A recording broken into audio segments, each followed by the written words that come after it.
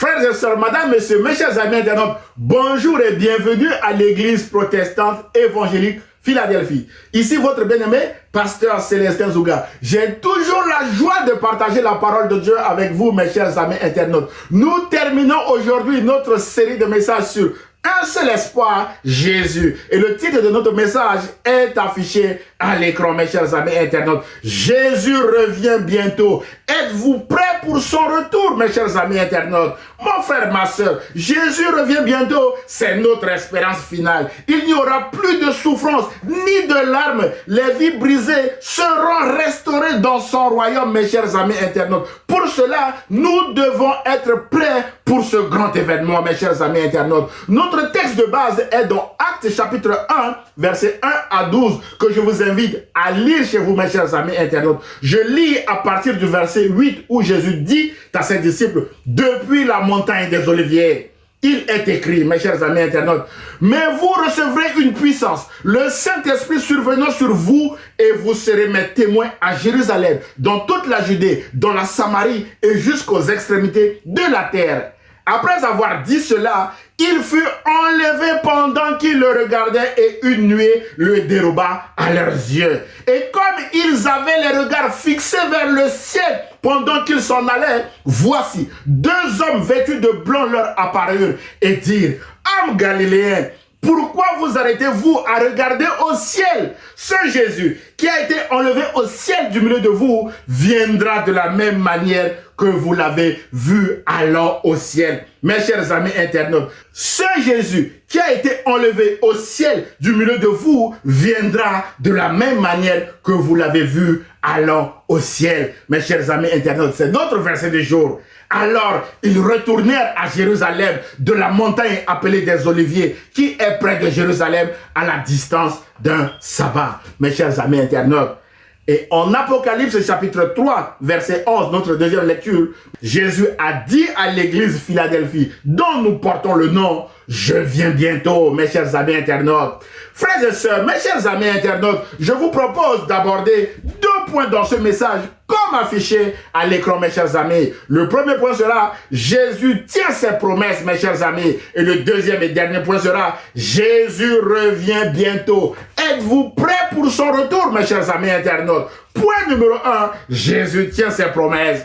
Frères et sœurs, mes chers amis internautes, ce matin, je voudrais attirer votre attention sur deux témoignages importants dans les Saintes Écritures, l'un sur la résurrection de Jésus et l'autre sur son ascension, mes chers amis.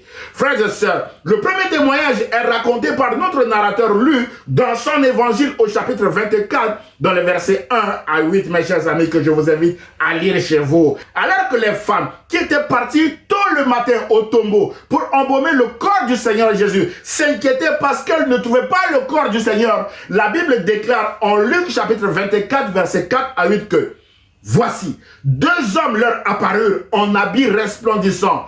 Ils leur dirent, pourquoi cherchez-vous parmi les morts celui qui est vivant? Il n'est point ici, mais il est ressuscité. Souvenez-vous de quelle manière il vous a parlé lorsqu'il était encore en Galilée et qu'il disait, il faut que le Fils de l'homme soit livré entre les mains des pécheurs, qu'il soit crucifié et qu'il ressuscite le troisième jour, mes chers amis internautes. Et elles se ressouvinrent des paroles de Jésus. Fin de citation de Luc, mes chers amis internautes. Frères et sœurs, ces deux hommes en habits resplendissants ont été les premiers à annoncer aux femmes et au monde entier que Jésus est ressuscité. Aujourd'hui, leur témoignage, qui est une vérité absolue, continue encore de faire le tour du monde. Jésus est vraiment ressuscité, comme il l'avait annoncé, mes chers amis internautes. Nous en déduisons que Jésus tient ses promesses parce que ce qu'il a dit à ses disciples concernant sa mort et sa résurrection s'était accompli exactement comme il l'avait annoncé, mes chers amis internautes. En effet, bien avant sa crucifixion et sa résurrection, Jésus a dit à ses disciples en Luc chapitre 18, verset 31 à 33 que, écoutez, nous montons à Jérusalem et tout ce qui a été écrit par les prophètes au sujet du Fils de l'homme s'accomplira. Car il sera livré aux païens, on se moquera de lui, on l'outragera, on crachera sur lui, et après l'avoir battu de verge, on le fera mourir, et le troisième jour,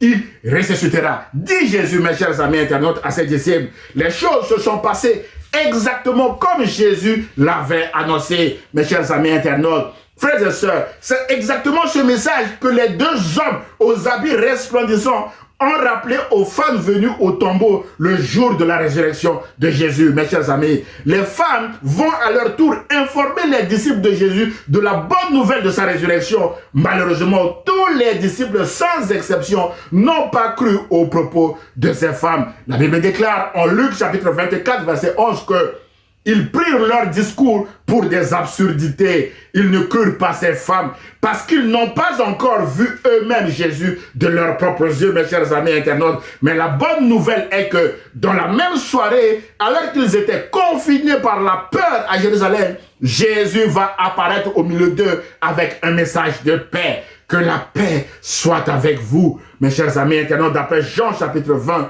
verset 19.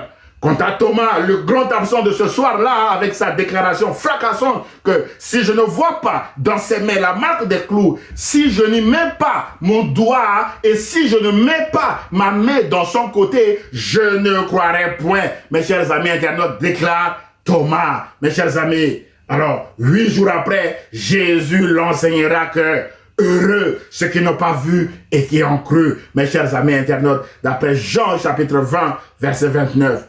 Frères et sœurs, mes chers amis internautes, refuser de croire au discours des femmes revenues du tombeau que Jésus est ressuscité revient à refuser de croire au discours de ces deux hommes aux habits resplendissants qui ont été les premiers à annoncer la résurrection de Jésus. Ensuite, par transitivité, refuser de croire à ces deux hommes aux habits resplendissants revient aussi à refuser de croire aux promesses de Jésus avec la conséquence dangereuse, mes chers amis internautes, que cela peut entraîner, notamment la mort éternelle, mes chers amis internautes. Mon frère, ma soeur, peut-être que ce matin, vous refusez encore de croire à ces événements pour toute autre raison que les disciples, mes chers amis. Rappelez-vous que l'apôtre Jean, qui était aussi témoin oculaire de ces événements, a dit en Jean chapitre 20, verset 31 que « Mais ces choses ont été écrites afin que vous croyiez que Jésus est le Christ, le Fils de Dieu, et qu'en croyant, vous ayez la vie en son nom. » Mes chers amis internautes, il y a la vie en Jésus-Christ. Voilà le but principal de ce message, mes chers amis. Vous amener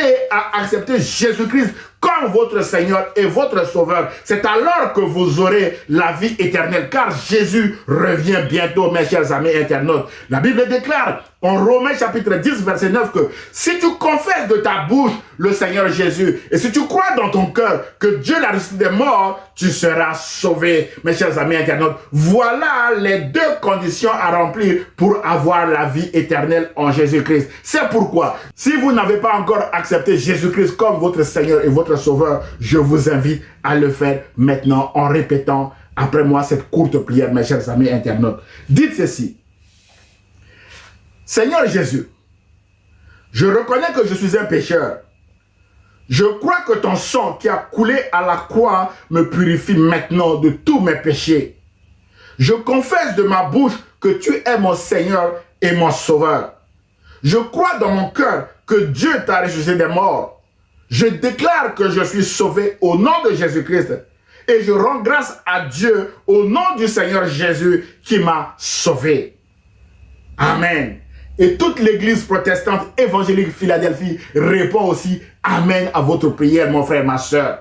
Si vous venez de faire cette courte prière, je vous dis bravo. Vous êtes maintenant une nouvelle créature en Jésus-Christ. Je vous invite à intégrer rapidement une église dans laquelle vous vivrez votre foi en communauté. Car un chrétien isolé est une proie facile pour le diable, mes chers amis internautes. Ensuite, allez témoigner Jésus aux autres, mes chers amis internautes. C'est notre mission en tant que chrétien de témoigner Jésus aux autres. Mon frère, ma soeur, vous qui êtes déjà chrétien ou chrétienne de longue date ou depuis peu et vous vous sentez découragé à cause des multiples obstacles et des soucis de la vie, le Seigneur a un message d'encouragement pour vous ce matin par rapport à ses promesses, mes chers amis internautes. Dans sa parabole du semeur, en Luc chapitre 8, Jésus dit que la parole de Dieu est une semence. Sous-entendu, toutes les promesses de Dieu sont des semences à semer dans notre cœur, mes chers chers amis. Jésus explique que le facteur déterminant de l'accomplissement des promesses de Dieu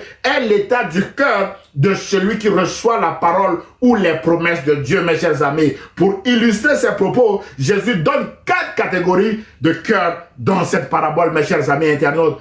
En Luc chapitre 8, versets 12 à 15, Jésus dit que ceux qui sont le long du chemin, ce sont ceux qui entendent. Puis le diable vient et enlève de leur cœur la parole, de peur qu'ils ne croient et soient sauvés. Mes chers amis internautes, je ne souhaite pas que ça soit votre cas aujourd'hui. C'est pourquoi acceptez Jésus-Christ comme votre Seigneur et votre Sauveur et faites la prière que nous venons de faire ensemble, mes chers amis internautes. Au verset 13, Jésus dit que ceux qui sont sur le rôle, ce sont ceux qui, lorsqu'ils entendent la parole, la reçoivent avec joie, mais ils n'ont point de racines. Ils croient pour un temps et ils succombent au moment de la tentation. Mon frère, ma soeur, peut-être que vous êtes en train de traverser des moments de tentation, des moments difficiles. Tenez bon, le Seigneur est avec vous. Jésus a promis d'être avec vous tous les jours jusqu'à la fin du monde. Et au verset 14, Jésus dit que ce qui est tombé parmi les épines, ce sont ceux qui, ayant entendu la parole, s'en vont et la laissent étouffer par les soucis, les richesses et les plaisirs de la vie. Et ils ne portent point de fruits qui viennent à maturité. Waouh! Mon frère, ma soeur, les promesses de Jésus sont des semences à semer dans notre cœur.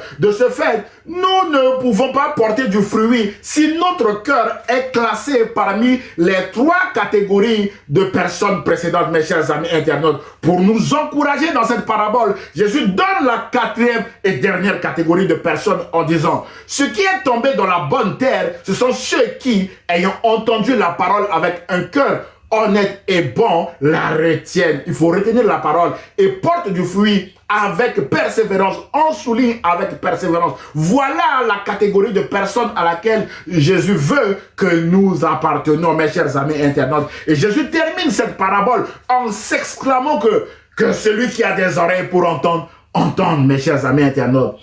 Mon frère, ma soeur, Jésus est fidèle à ses engagements. Jésus tient toujours ses promesses. C'est pourquoi, si la promesse tarde à s'accomplir, nous devons l'attendre avec une bonne attitude, mes chers amis internautes. Aussi, à partir de cette parabole, Jésus nous aide, mes bien-aimés, à comprendre que l'état de notre cœur face à ses promesses est important pendant la période d'attente. En effet, c'est l'état de notre cœur qui fait pousser ou non la semence qui est la promesse de Jésus. Autrement dit, si la promesse de Jésus tombe en bonne terre, elle portera du fruit. En revanche, si la promesse tombe sur le long du chemin, sur un roc ou sur des épines, elle ne portera pas du fruit, mes chers amis internautes. Mon frère, ma soeur, ce matin, quel est l'état de votre cœur par rapport aux promesses de Jésus, mes chers amis? C'est l'état de votre cœur qui fera accomplir ou non les promesses de Jésus dans votre vie. Rappelez-vous qu'aux personnes malades guéries par Jésus, Jésus leur a toujours dit: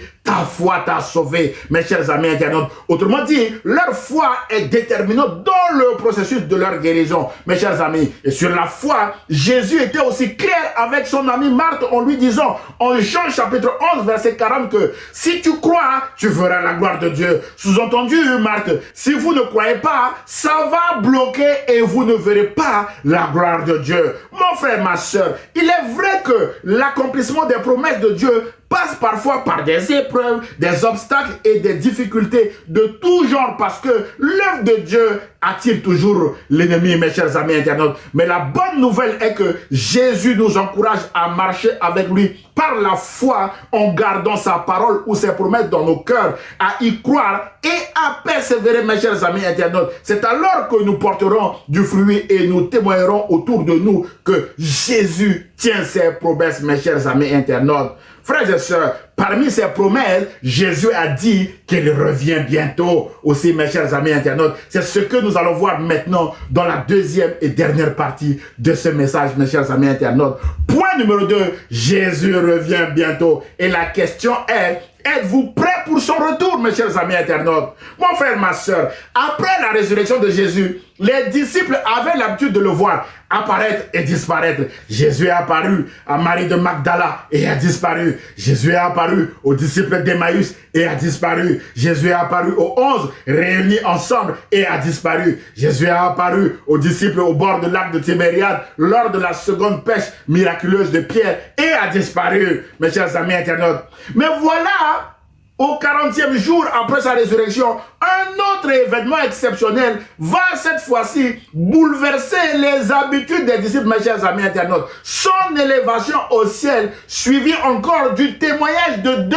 hommes en habits resplendissants, comme ceux que les femmes ont rencontrés au tombeau, mes chers amis internautes. C'est le deuxième témoignage sur lequel je voudrais attirer votre attention dans ce message ce matin, mes chers amis internautes. La Bible déclare en Actes chapitre 1, verset 8 à 12, où Jésus a dit à ses disciples, mes chers amis internautes, vous recevrez une puissance, le Saint-Esprit survenant sur vous, et vous serez mes témoins à Jérusalem, dans toute la Judée, dans la Samarie et jusqu'aux extrémités de la terre. Après avoir dit cela, il fut élevé pendant qu'ils le regardaient, et une nuée le déroba à leurs yeux. Comme ils avaient les regards fixés vers le ciel pendant qu'ils s'en allaient, voici 2 hommes vêtus de blanc leur apparurent, mes chers amis internautes, et dirent, hommes galiléens, pourquoi arrêtez-vous à regarder au ciel? Frères et sœurs, mes chers amis internautes, alors que les disciples avaient les yeux fixés dans les nuées au ciel afin de voir Jésus et attendaient même sa réapparition sur cette montagne des Oliviers, il va se passer exactement la même chose que ce qui s'était passé au tombeau avec les femmes, mes chers amis internautes. La Bible dit que voici 2 hommes vêtus de blanc, probablement les mêmes hommes aux habits resplendissants qu'au tombeau, mes chers amis internautes, leur apparurent et dirent, pourquoi vous arrêtez-vous à regarder au ciel comme au tombeau aussi? Pourquoi cherchez-vous parmi les morts celui qui est vivant? Il n'est point ici, mais il est ressuscité. De la même manière, ces 2 hommes vont faire une nouvelle annonce importante qui nous tient encore à cœur aujourd'hui et aux disciples, mes chers amis internautes, en disant, ce Jésus qui a été enlevé au ciel du milieu de vous viendra de la même manière que vous l'avez vu. Allons au ciel, mes chers amis internautes. Waouh! Et en version semeur, il est écrit, ce Jésus qui a été enlevé au ciel du milieu de vous en redescendra un jour de la même manière que vous l'avez vu y monter, mes chers amis internautes. Mon frère, ma soeur, Jésus redescendra un jour du ciel. Cette annonce n'était pas une surprise pour les disciples de Jésus, même s'ils avaient l'air surpris ce jour-là, mes bien-aimés. En effet, quelques jours avant sa mort et sa résurrection, Jésus les avait préparés à cet événement en Jean chapitre 14, verset 1 à 13, où Jésus leur avait précédemment annoncé son grand départ et ils sont tristes et Jésus va, mes bien-aimés, les consoler en disant ceci, que votre cœur ne se trouble point, croyez en Dieu et croyez en moi. Il y a plusieurs demeures dans la maison de mon Père. Si cela n'était pas, je vous l'aurais dit. Je vais vous préparer une place. Et lorsque je m'en serai allé et que je vous aurai préparé une place, je reviendrai et je vous prendrai avec moi, afin que là où je suis, vous y soyez aussi, mes bien-aimés. Fin de citation de Jésus. Mon frère, ma soeur, Jésus revient bientôt. C'est cette parole de Jésus que les 2 hommes vêtus de blanc viennent encore de confirmer à ses disciples, mes chers amis internautes, sur le mont des Oliviers. Rappelons-nous que ces 2 hommes vêtus de blanc ont annoncé au tombeau que Jésus est ressuscité. Aujourd'hui, cette nouvelle est une vérité absolue et s'accorde avec les paroles de Jésus. Ces 2 hommes ont encore annoncé, mes bien-aimés dans le Seigneur, en accord avec les paroles de Jésus, que ce Jésus qui a été enlevé au ciel du milieu de vous viendra de la même manière que vous l'avez vu alors au ciel. C'est cette dernière annonce qui fait l'objet de notre attente encore aujourd'hui et de notre message de ce matin, mes chers amis internautes. Jésus revient bientôt. C'est pourquoi nous prêchons tous les jours, mes chers amis internautes, afin que nous puissions nous préparer pour ce grand événement. Mes chers amis, ces 2 hommes vêtus de blanc n'ont pas l'habitude de mentir. Jésus non plus n'a jamais menti, mes chers amis internautes. La Bible dit que Jésus est sans péché. Luc précise que la dernière parole de Jésus avant son ascension était la promesse du Saint-Esprit. 10 jours plus tard, les disciples ont vu l'accomplissement de cette promesse par l'effusion du Saint-Esprit, mes chers amis internautes. La seule et dernière promesse qui reste est son retour, mes chers amis internautes. À ce sujet, Jésus a dit à l'église Philadelphie en Apocalypse chapitre 3 verset 11 que je viens bientôt, d'après la version Louis II et dans la version Parole de vie, mon retour sera soudain, mes chers amis internautes. Et Jésus termine son discours à l'église Philadelphie au verset 11 en disant que celui qui a des oreilles entende ce que l'Esprit dit aux églises, comme dans la parabole du semeur que nous avons lu tout à l'heure, mes chers amis internautes. Mon frère et ma soeur, le retour de Jésus sera soudain. Selon le dictionnaire Larousse, soudain veut dire brusque, immédiat, imprévu, inattendu, inopiné, instantané, subite, rapide, mes chers amis internautes. Autrement dit, le retour de Jésus est brusque, immédiat, imprévu et inattendu, mes chers amis internautes. La seule question préoccupante dans ce message est celle-ci. Êtes-vous prêts pour son retour, mes chers amis internautes? La Bible déclare en Jean chapitre 3 verset 16 que car Dieu a tant aimé le monde qu'il a donné son Fils unique, afin que quiconque croit en lui ne périsse point, mais qu'il ait la vie éternelle. Et Jésus dit en Jean chapitre 17 verset 3 que la vie éternelle consiste à connaître Dieu comme étant le seul vrai Dieu, mes chers amis internautes, et celui qu'il a envoyé, c'est-à-dire Jésus-Christ, mes chers amis. Et connaître Jésus, c'est le confesser publiquement comme votre Seigneur et votre Sauveur, selon qu'il est écrit dans Romains chapitre 10, verset 9, mes bien-aimés dans le Seigneur. Si tu reconnais publiquement de ta bouche que Jésus est le Seigneur, et si tu crois dans ton cœur que Dieu l'a ressuscité, tu seras sauvé. Voilà ce qu'il faut faire pour être prêt pour le jour du Seigneur, mes chers amis internautes. C'est pourquoi, mon frère et ma soeur, si vous n'avez pas encore fait la prière que nous avons faite dans la première partie de ce message, je vous invite à le faire maintenant pour être sauvé, mes chers amis internautes. Ne reportez surtout pas à demain votre décision d'accepter Jésus comme votre Seigneur et votre Sauveur, parce que nul ne connaît l'heure à laquelle Jésus reviendra, mes chers amis internautes. Jésus a dit en Matthieu chapitre 24 verset 42 à 44 que tenez-vous donc en éveil, c'est-à-dire soyez prêts, faites attention à cela, prêtez attention à cela, faites tout ce qui est de votre possible, puisque vous ignorez quel jour votre Seigneur viendra. Vous le savez bien, si le maître de maison savait à quelle heure de la nuit le voleur doit venir, il resterait éveillé pour ne pas le laisser pénétrer dans sa maison. Pour cette même raison, dit Jésus, vous aussi, tenez-vous prêts car c'est à un moment que vous n'auriez pas imaginé que le Fils de l'homme viendra, mes chers amis internautes. Fin de citation de Jésus. Alors, prenez votre décision de suivre Jésus aujourd'hui et d'accepter Jésus-Christ comme votre Seigneur et Sauveur.